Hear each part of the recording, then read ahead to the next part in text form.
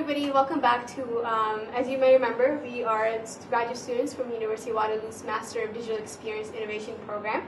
So this is our part 3 of the 3-part mini-series on ephemeral media and digital content and this overload of data and information society that we're living in.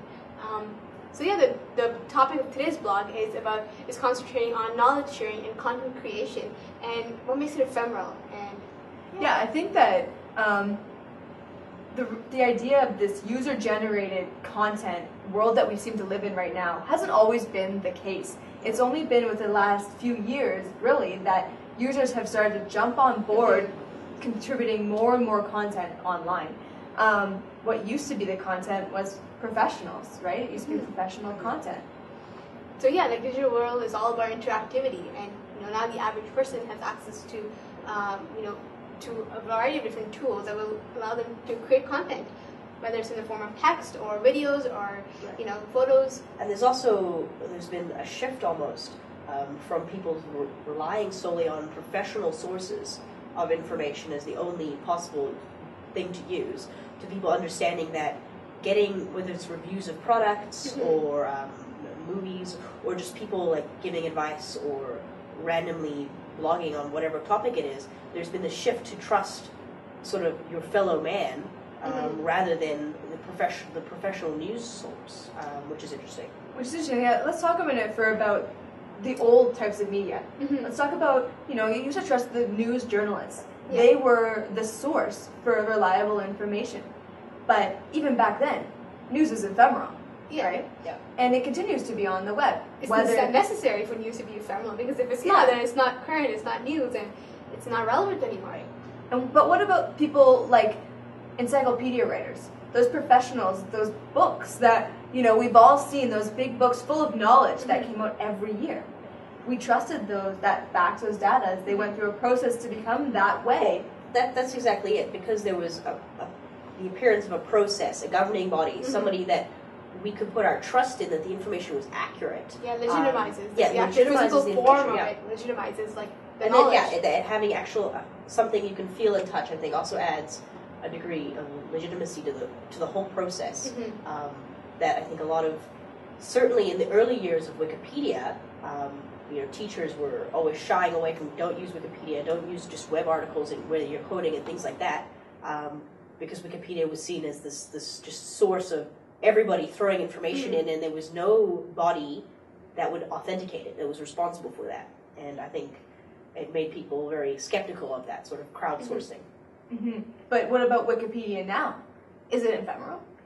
Yeah, yes, as it gets updated, every page gets updated. You can't go back to the previous version at all. So it's definitely we're constantly overwriting whatever the last version of the page was. And I think there's a lot more trust for Wikipedia now. I think people are seeing that individuals correcting the information, there's sort of a self-correcting nature of it. It's not as dangerous and completely ridiculous we don't know who's posting or who's checking on this. There is certain more trust being put in Wikipedia because everybody can contribute to it. And maybe that has to do with the facts, sorry to interrupt you here, but that we have become such a user-generated public, right? We trust someone to teach you how to cook a meal. We trust somebody's review on a movie. Why not trust that whole public of user-generated content to come together to get the facts right? Right, exactly, yeah.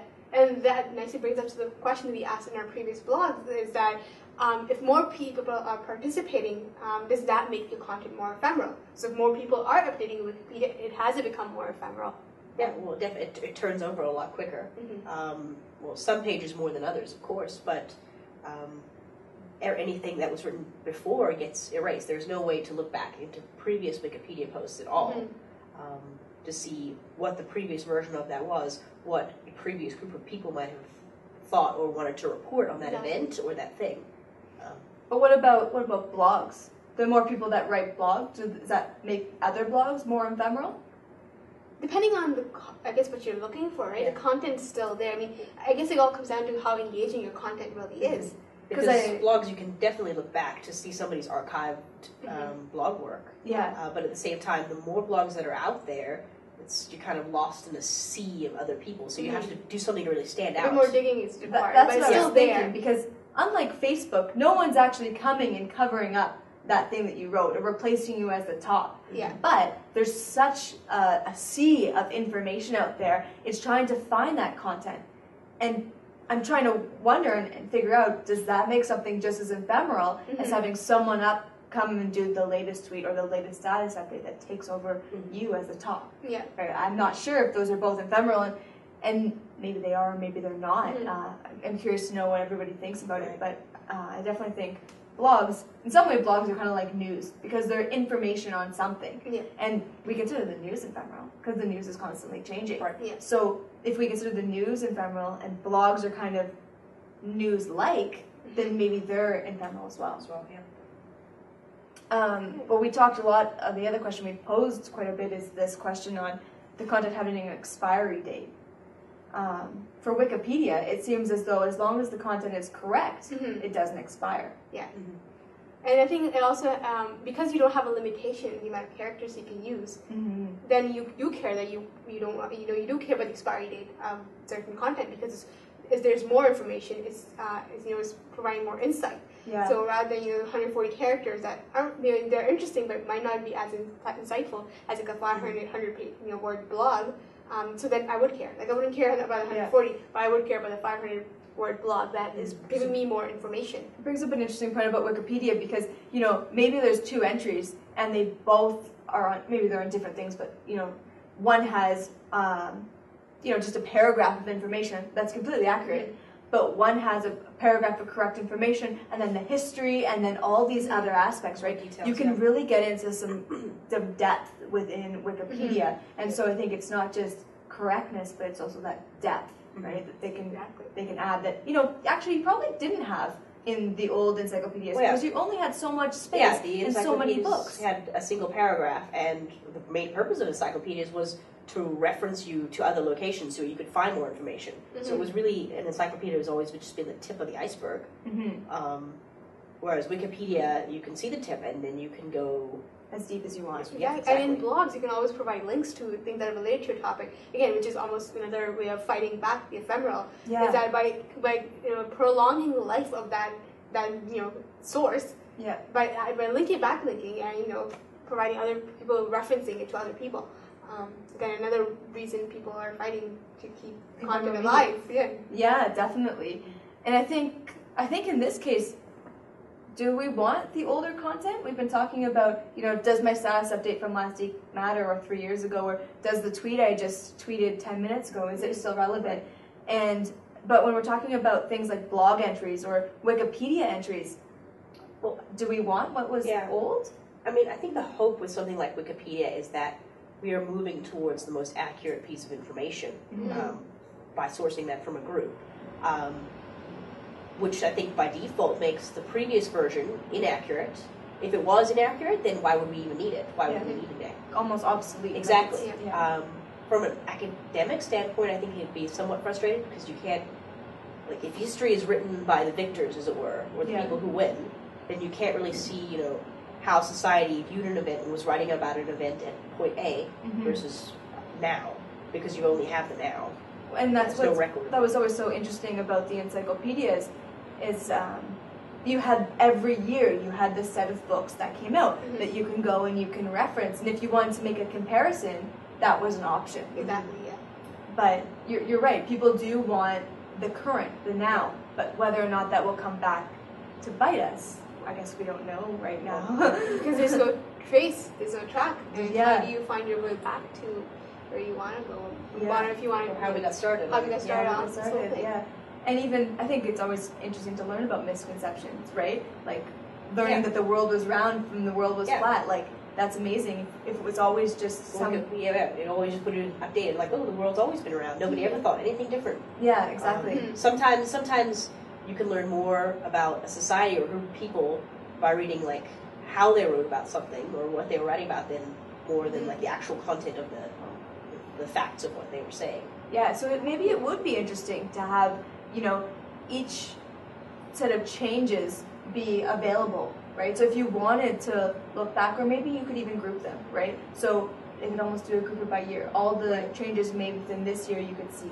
Somebody was caching Wikipedia by year. Yeah. Yeah. That would actually be an interesting way to, maybe that's still in ephemeral media. It's still something that's going to There's a need to archive it. There's a need to kind of store the previous versions, the previous, Yeah, exactly. And I think, too, with news, sometimes you want to go and look back. You want the archives. You want the archives. So unlike your status update, unlike your tweets, which, maybe you personally want to archive them, but as a public, as a whole, things like encyclopedia or Wikipedia updates and things like news or even blogs, those are things that we want to keep because we're more likely to want to look back on them. Well, I think part of the problem comes from just the sheer volume of it available. Like, especially news today, if you look at it as a legitimate source, so much of it is being produced. We're constantly being bombarded with all this new information. It's really hard to tell what is important. What's going to stand out. We don't have, like the Time magazine photos of the sailor kissing that woman on V-Day. Those are like moments that really stand out. Now there seem to be so many of them. Like, how are we going to say, like, that was a moment? How do we find that moment again? Exactly, And I think, too, with the more and more people who create content, you're just creating more and more moments, right? And so it almost becomes a competition for whoever can create the most engaging and most captivating content. Yeah, but and also, like, it's like you can't see the forest, or you can't see the tree through the forest, or you can't see what is it? You can't see the forest from the trees. Yeah, so, but in this case, I think you can't see the tree through the forest, because you can't see that individual one great thing, because there's so many other things around it. So. And this kind of brings up the point of, we talked about in our earlier post of digital identity. When you're creating that digital identity, how important is it for you to be remembered, especially if you are creating content like blogs, if you're, whether you're putting a video, a YouTube video or something, how important is it for your digital identity to remain relevant and to remain, seen as people, as a person of credibility, or to hear what you have to say? Because in a sea of people who are talking, I have so much good and valuable content to deliver. How do you stay relevant? And how do you stay on the top? Well, I think it is really hard to fight the ephemeral nature of all of this, but I think the key it is engaging content, as you said earlier. Just having something that can create a discussion, that can keep your blog topic or your status update relevant and at the top of the pile, because your content is interesting or people want to engage with it. Something that, of course, is relevant to them as well is important.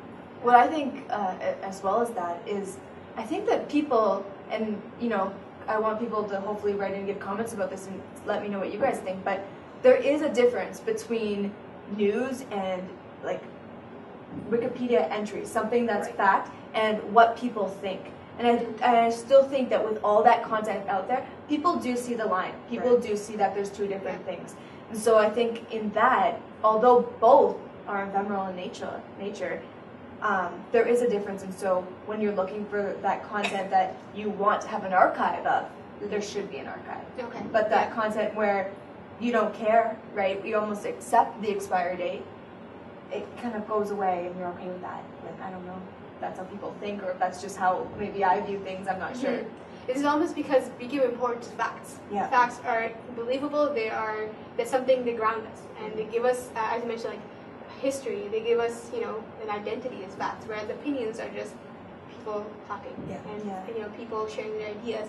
But facts are like, this is what it was, they define a moment in existence. Yeah. Right? So, which is why there's always this need to archive these facts in order to hold on to our history as a civilization. So, which is part of your identity itself. Exactly. Yeah. Your group identity, not just your individual identity, right? Yeah. So, this has been our final vlog. We really want to thank everybody who has watched our vlog, and we hope that you guys again comment and let us know. We would love to make more of these, so please let us know if you like them. Thank you. Thank you.